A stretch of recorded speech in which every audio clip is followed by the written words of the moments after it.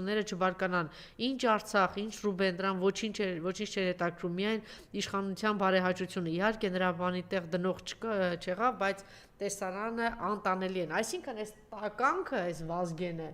այն գլխից է եղել սատանայապաշտ,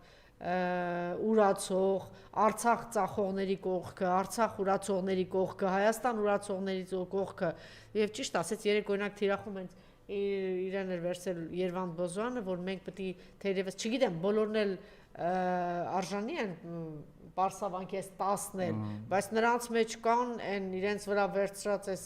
սատանայական, հուդայական պիղծ գործը ամենի շատ իր վրա թերևս վերցրել է դե հայտնի Կճոյանը եւ այս տիրադավ Վազգեն Սրբազանը, որը հիմա շատ բաներ դե ջրի երես դուրս կգա եւ իր թալանացի մասին եւ նիկոլական լինելու մասին, սատանապաշտ լինելու մասին եւ այս